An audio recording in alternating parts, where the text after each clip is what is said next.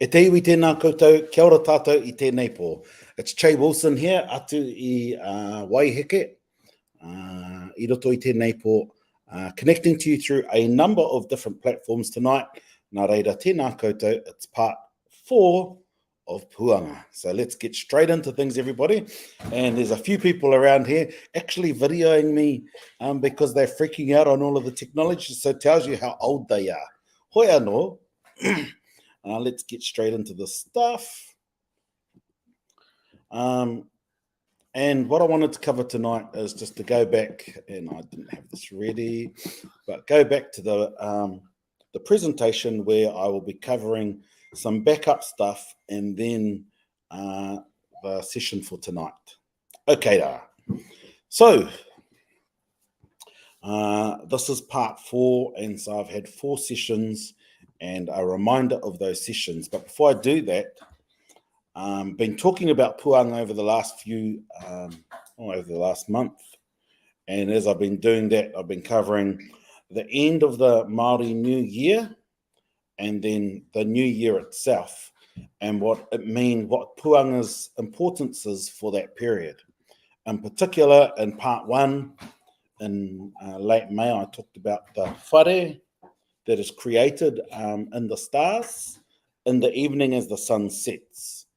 In part 2, I do talk about the whata of maru and where we place our mate as they then descend to the tata o te pō and onto the kupenga. And then tonight I'm going to talk about, tonight I'm going to talk about te tau o Puanga. So the Puanga period. Okay. The Puanga period in particular, my Uncle Tahu, he used to talk about the fact that in, stop being a hoha, you. My Uncle Tahu used to talk about in the 90s when I was living in Wellington and going to varsity and with Karenza next to me here. And what I used to do is go, Uncle, what's all this matariki stuff about? And that's Donna making a lot of noise. And you go, well, it's Puanga. And the key focus is it starts from the fruiting of the miro to the end of the run of the piharo. Okay, what does that mean? He goes, yeah, for about 3 to 4 months. And that's all he said, so the rest I had to work out and have been working with a group of people from Taranaki and Whanganui, thanks to the support of Matariki Ahunga Nui, and we've been able to go through all of our tupuna resources and individually our own 20 plus years of research. And so, anei ngā kōrero. At the end of the year, the end of the lunar year, Puanga is setting, and as it sets, it comes into prominence, which is also when the miro starts to fruit. And as it sets, what it does is Puanga is then the guide for us to place our mate on that whata in the sky. In addition, there's a house that's also created in the sky, and that's a weather predictor for the number of rain events that we'll have both in winter and or throughout the rest of the year. And I covered last time how, because we had maru aonui showing for almost 2 months, that we would have significant rain events throughout the whole of the year, which is what we've had. In addition to that, you enter into the new year and the tahi, or pipiri, and you have the hautapu. From that, you then enter into the second month, where you then have Puanga Hori. And the signal of Puanga Hori is that Puanga Hori is saying to us, all of those ceremonies are now over. You have to work in on, focus in on wānanga. Ko hori ngā mahi o te tau hou, o te tau tawhito o te tau hou, now focusing on wānanga. And then the following month, Puanga and Whakāhu, Puanga's higher, and Whakāu nuku Akaurangi rise, Kasta rises, and as it rises, that will then signal the bounty during spring and summer.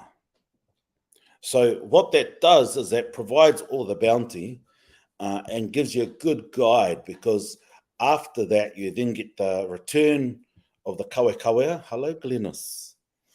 The kawekawea, and as the kawekawea and the pipi waraurua return, they will bring signals, and they'll also give you hints on the wind, because the wind is always a good read on what weather's going to be for the rest of the year as well.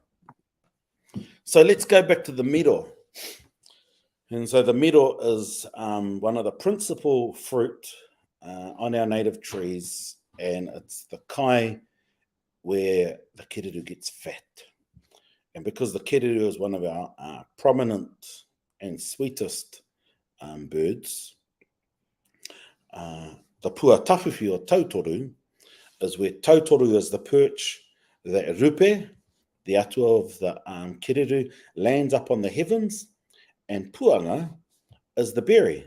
And so it eats the berry, and as it eats the berry, there's a trap which binds the feet, and it catches the feet, and then flapping away, wati koa ngā parirau o rupe. Shush you fellas.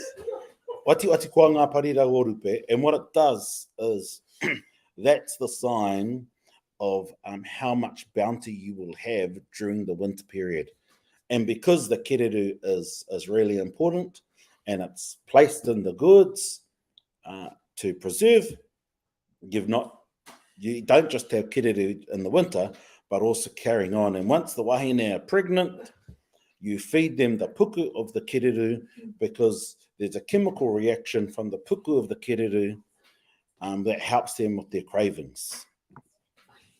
In addition to that, so that's the manu o te tau, and then the ika o te tau for us of the Taihau Wauru is the piharau, which is the lamprey or the blind eel.